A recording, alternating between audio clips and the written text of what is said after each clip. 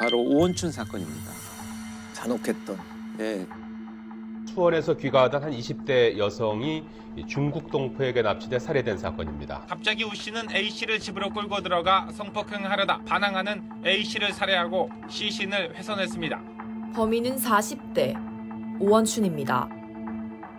그 오원춘 사건은 피해 여성이 퇴근을 하고 집에 가던 중이었었어요. 그래서 집에 거의 다다랐을 때 골목 입구에서 마침 나와 있던 오원춘이 피해자를 발견하고 갑작스럽게 공격을 해서 끌고 자기 집으로 들어갑니다. 그러니까 이제 피해 여성은 너무나 놀라고 충격적이어서 잠깐 오원춘이가 화장실에 간 사이에 이제 방에서 문을 잠그고 신고를 합니다. 그런데 이제 경찰의 대응이 너무 잘못됐던 거예요. 일단은 가장 초동 112 신고를 접수한 경찰관이 어떻게 대응하느냐인데 납치가 돼서 성폭행을 당하고 있다, 지금 위기에 처해 있다라고 하는 얘기를 제대로 확인을 하지 않았던 거예요. 지금 어떤 위기 상황인지에 대해서 판단을 했어야 되는데 싸우는 소리나 누군가 위협하는 소리가 들리지도 않고 전화를 할 정도 되면 그게 위기 상황은 아닌 것 같은데 라고 하는 정말 안일한 대처가 결국 이런 결과를 낳았던 안타까운 사례입니다. 네. 그래서 요거를 제가 일단은 몇 가지 나눠드리고 네. 한번 보시면서 녹취록을 보면 112 경찰입니다. 말씀하세요. 112 경찰입니다. 말씀하세요. 네, 여기 목골놀이터 전에 집인데요. 저 지금 성폭행 당하고 있거든요. 이게 이제 대략 어느 정도의 위치인지는 정확하게는 모르지만 일단 진술을 하고 있는 상태입니다. 일단 이제 목골놀이터라고 또 다시 질문을 하고요. 목골놀이터요? 네, 목골놀이터 전에 집인데 어느 집인지 모르겠어요. 지동이요? 네, 동초등학교 좀 지나서 목골놀이터 가는 길쯤으로요. 앞에서 분명히 얘기했던 내용이거든요. 네. 이걸 계속 지금 확인을 하고 이건 답답한 상황이고요. 네. 이런 것은 왜 물어봤는지 저도 이해가 안 가요. 자세한 위치 모르겠어요? 초등학교에서 목골놀이터 가기 전에요. 초등학교에서? 목골놀이터 가기 전이요. 그러니까 본인이 지금 이 피해자는 최선을 다해서 지금 설명하고 있는 거죠. 근데 문제는 이제 위치 조회 한 번만 해볼게요 라고 했는데 위치 조회를 할 수 있는 역량을 동원을 했어야 되는데 계속 이제 그 질문만 하고 있어요. 그 다음 접수자가 누가 그러는 거예요.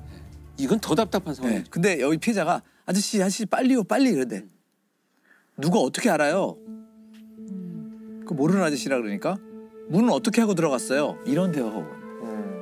이거 사실 중복 질문 계속 하고 있는 거잖아요. 네. 목골놀이터 가기 전 초등학교 누가 그러는 거예요를 반복하고 있는 답답한 상황입니다. 그러다가 피해자의 목소리가 들립니다. 잘못했어요. 아저씨 잘못했어요. 이거는 뭐냐면 오원춘이가 잠깐 방을 나간 사이에 문을 잠그고 피해자가 전화를 걸어서 신고를 하고 있는 중에 문을 부수고 오원춘이 들어온 시점이에요. 그러니까요. 그래서 이제 오원춘이한테 피해자가 잘못했다, 전화를 걸어서 잘못했다라고 하는 건데 근데 그 다음에 녹취가 아는 사람인데 남자 목소리 계속 들리는데 부부싸움 같은데 이게 마지막 얘기입니다. 수원 20대 여성 살인 사건에 대한 경찰의 대응이 시작부터 끝까지 총체적으로 부실했던 것으로 드러났습니다. 지난 1일 밤 10시 50분 112 센터에 걸려온 다급한 신고 전화. 그런데도 112 근무자 20여 명이 6분 넘게 피해 여성의 비명만 듣고 있었고 팀장은 손을 놓고 있었습니다. 더구나 피해자가 정확히 놀이터 전에 집이라고 말했는데도 집 아니라는 지령을 넣지 않아 현장 출동자들은 엉뚱한 곳만 헤맸습니다.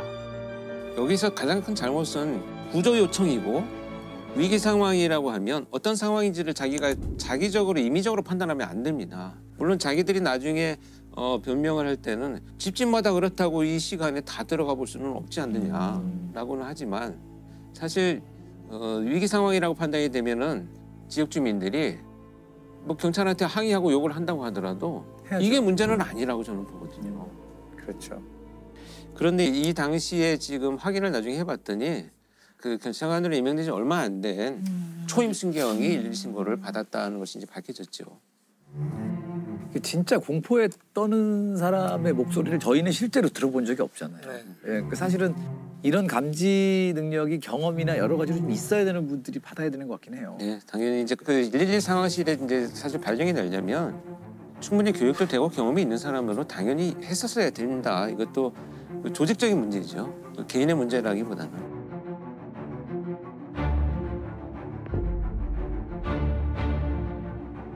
근데 오원춘은 어떻게 잡혔나요? 그냥 현장에서 잡혔나요? 당시에 그래서 밤새 거기 이제 형사까지 동원이 되어가지고 집집마다 수색을 하기 시작을 했습니다. 네네. 경찰이 계속 수색을 하면서 이 집의 문을 두드렸는데 열리지 않으니까 거의 반 부수고 들어갔는데 그 부수고 들어갈 때까지 시신을 훼손하고 있었던 거예요. 그래서 도망가지도 않고 예, 그 안에서 그냥 자기 집 안에서 그런 상황에서 체포가 된 거죠.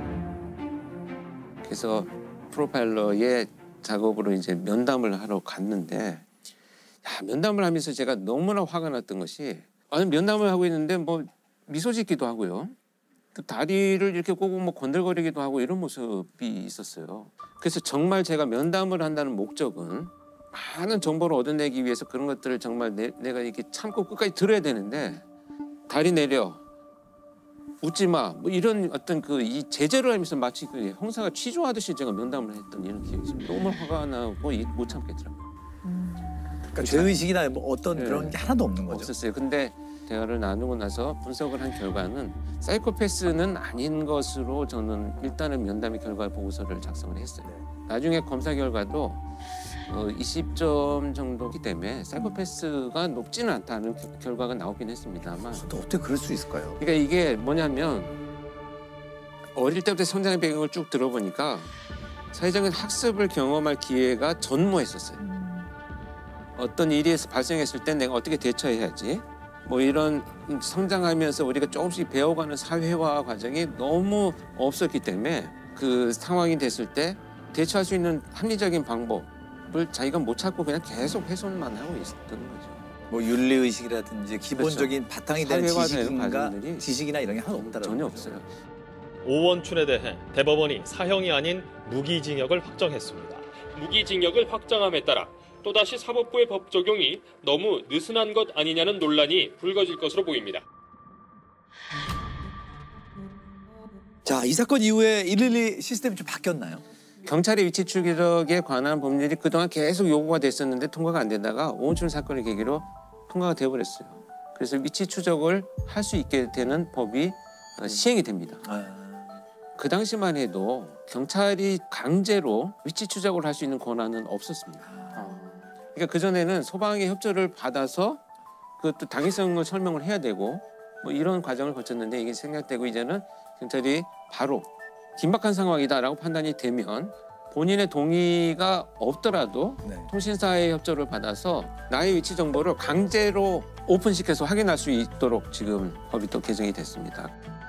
그다음에 이제 2013년에 이제 통합 시스템을 구축을 하면서 예전에는 이게 112 신고가 이렇게 경찰서마다 상황실에 있었어요.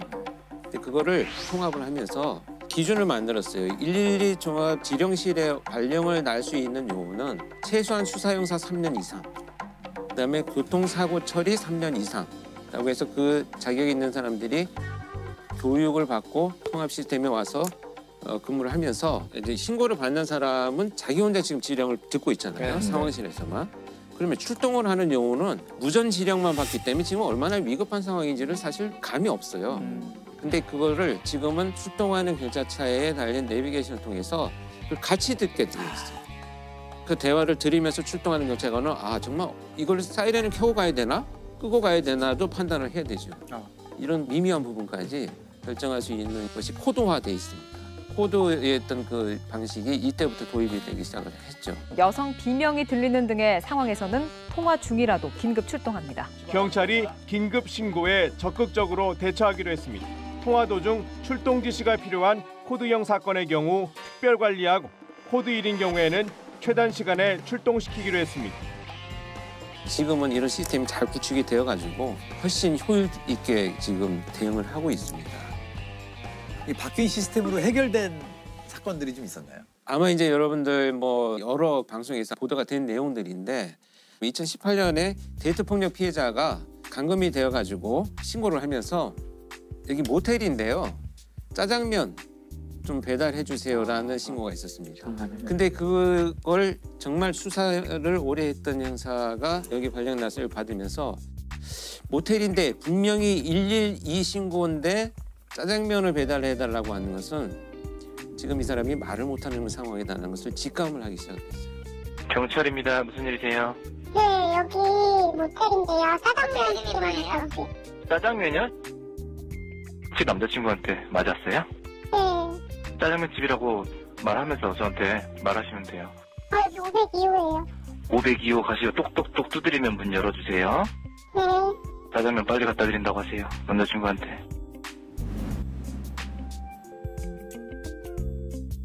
차분히 정말 중국집인 것처럼 대화를 나누면서 그 위치를 확인을 해가지고 현장에 출동을 해서 체포가 된 사건이 있었죠.